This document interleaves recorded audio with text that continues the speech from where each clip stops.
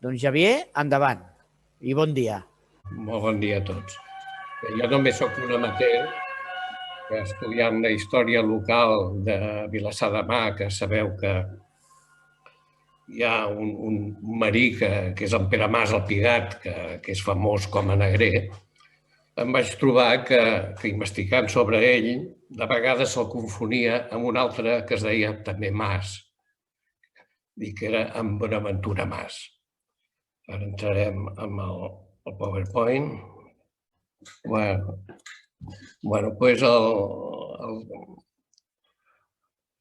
a través del Pigat vaig arribar a Ventura Mas.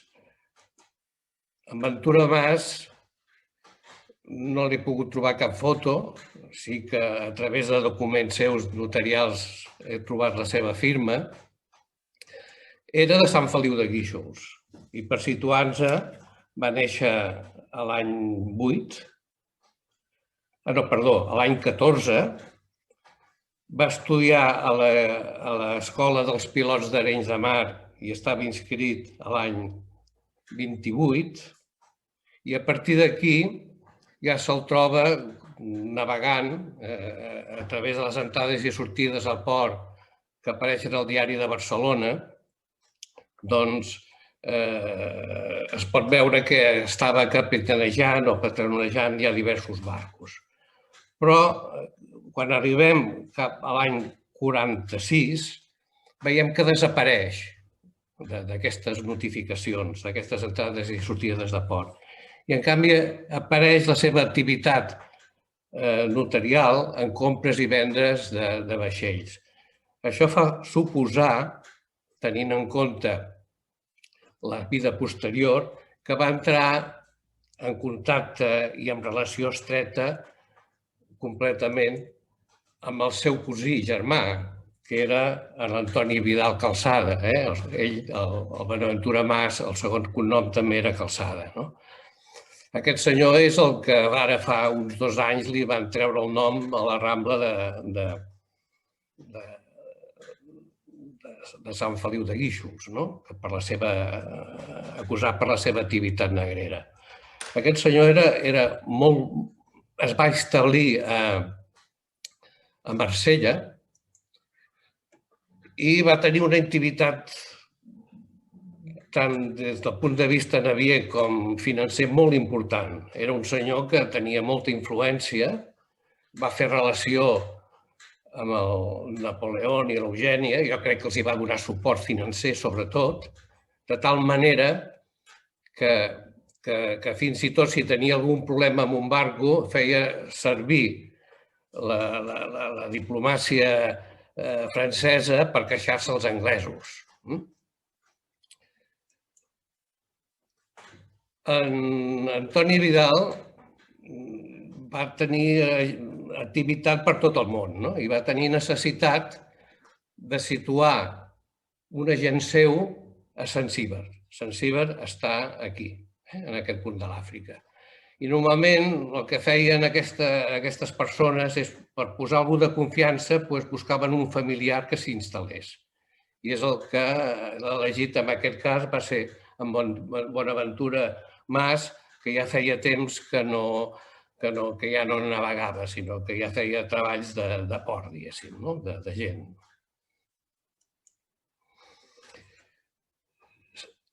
Va anar a Zanzíbar. Zanzíbar era un lloc molt especial perquè davant de la costa africana no estava regentat pels propis africans, sinó que era un domini àrab, en concret d'Oman. Oman i Zanzíbar, i la capital d'Oman, que era Mascat, doncs era el mateix, era el mateix sultà tenien, no? El que va passar era que tenia la ciutat aquesta tenia un aspecte que els europeus deien que semblava molt a poblacions del sud d'Europa, italianes del Mediterrani.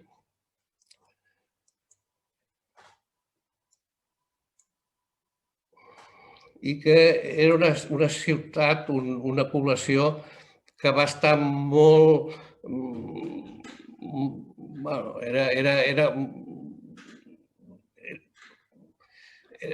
com molt estimada per Europa perquè tenia unes tradicions i uns costums que els agradava conèixer als europeus en aquell moment. No? Aquest era el que manava allà, el sultà, que es va separar del de Moscat perquè el seu pare va tenir molts fills, es van barallar entre ells i al final van decidir una divisió del territori i aquest és el que era el sultà de Zanzíbar. Que l'altre personatge que manava molt a Zanzíbar era el cònsol britànic.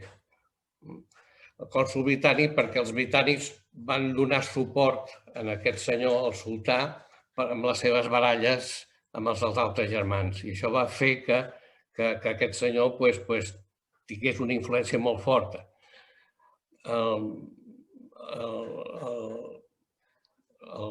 cònsol Rigby era un senyor que era antiesclavista, al revés de l'anterior Hamilton, que feia la vista grossa i deixava que tothom es mogués.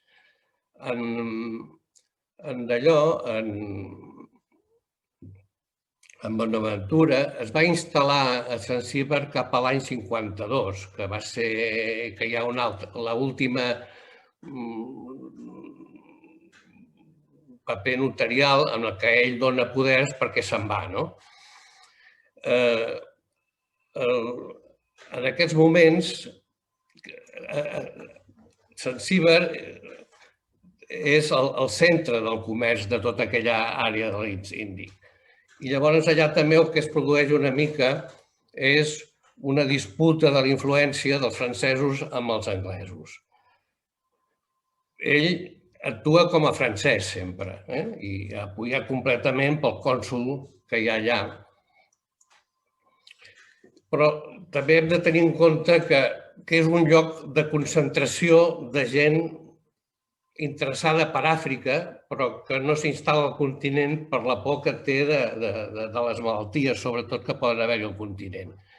I un dels personatges més importants d'aquests són els religiosos. Aquest és l'Avancher, per exemple, que ajuda a fer negocis esclavistes amb el Bonaventura Mas. Vull dir, al costat de a l'altra banda de Madagascar hi ha la isla de Reunió, que és francesa, que necessita mà d'obra, allà estan prohibits els esclaus i llavors s'inventen el sistema dels engaixers, que són gent que teòricament no són esclaus, però són esclaus, i llavors per importar-los un que els ajuda molt és aquest senyor, l'Avancher. Són senyors que després escriuen i als seus escrits apareix el Bonaventura Mas i donant explicacions sobre això.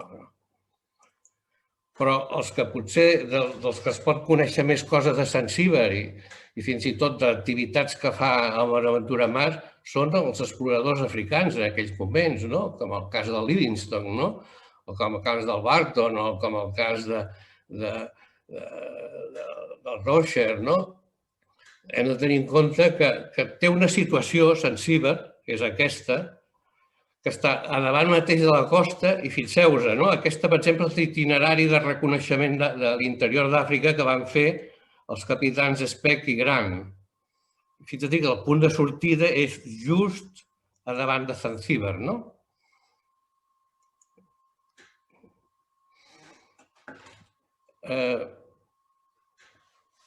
Dona la casualitat que coincideixen aquestes, sobretot les exploracions del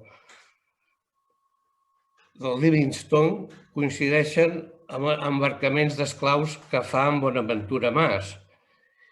I a través d'ells ens pot explicar com es fa la recollida i el trasllat d'africans de l'interior cap a la costa. Que són camins molt llargs, que duren mesos, que donen voltes, perquè és difícil trobar-ne. De vegades necessiten crear guerres perquè els guanyadors puguin vendre els vençuts com a esclaus. Aquí veiem, per exemple, la Zanzíbar està aquí, la isla de reunió, totes aquestes històries que he explicat que van tenir el suport de l'Avanxers per aconseguir-ne. Que és un truco d'agafar esclaus i teòricament alliberar-los, que també van emplear els espanyols amb la illa de Fernando Po.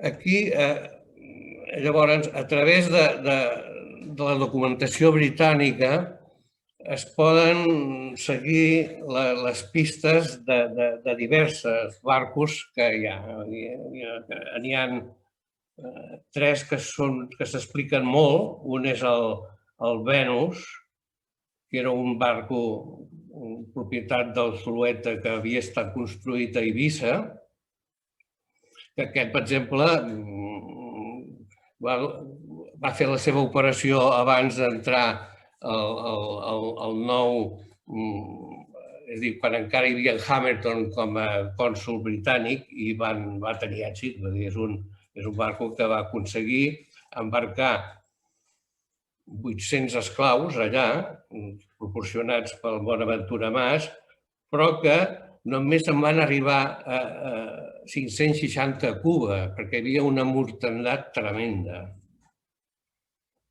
És curiós que el Venus encara va fer un altre viatge posterior, ja no va anar a la costa de l'Índic, perquè anaven a l'Índic perquè hi havia molta vigilància britànica a l'Atlàntic, i això va fer que encara que des de Cuba era molt més lluny, anessin a buscar els esclaus a aquesta zona, sobretot a Moçambic. En el segon viatge, el Venus, que era un bergantí, va ser detingut precisament per un vapor espanyol, cosa que era insòlita, perquè els espanyols van tenir una vista grossa molt forta respecte a tot el que era el tràfic negrer. El Caridat és l'altre vaixell que també s'explica molt, que és el que va motivar protestes que van tenir molta importància i que van provocar el canvi del cònsol francès a Zanzíbar, i que a través de les exploracions sobre aquest barco, que no van poder demostrar que fos negrer, encara que tenia tota la pinta, sembla que era un barco que donava suport als negrers, o sigui, que era el que feia labors de vigilància, feia els tractes abans d'encarregar-los, etc. I aquest barco, amb la investigació que va ser que van descobrir uns documents que signava el Bonaventura Mas, que el van comprometre i que van obligar a la seva expulsió de Zanzíbar. Javier, hauríem d'anar cap al final ja. Vale. Llavors, només hi ha l'últim, que era aquest, el del famós Estrella, que és una corbeta construïda a Sant Feliu de Guíxols, que el capità era Magí Freixas, i que aquest va arribar precisament quan ja havien expulsat el Bonaventura de Zanzíbar, i llavors hi ha tota una sèrie d'escenes bastant novel·lesques fins que al final el detenen i l'entreguen a l'Armada Britànica. Aquí hi ha com les històries, per exemple, del que escriuen els britànics sobre el cas aquest que no és Formosa Estrella, era Famosa Estrella en realitat. Molt sovint els noms canvien una mica.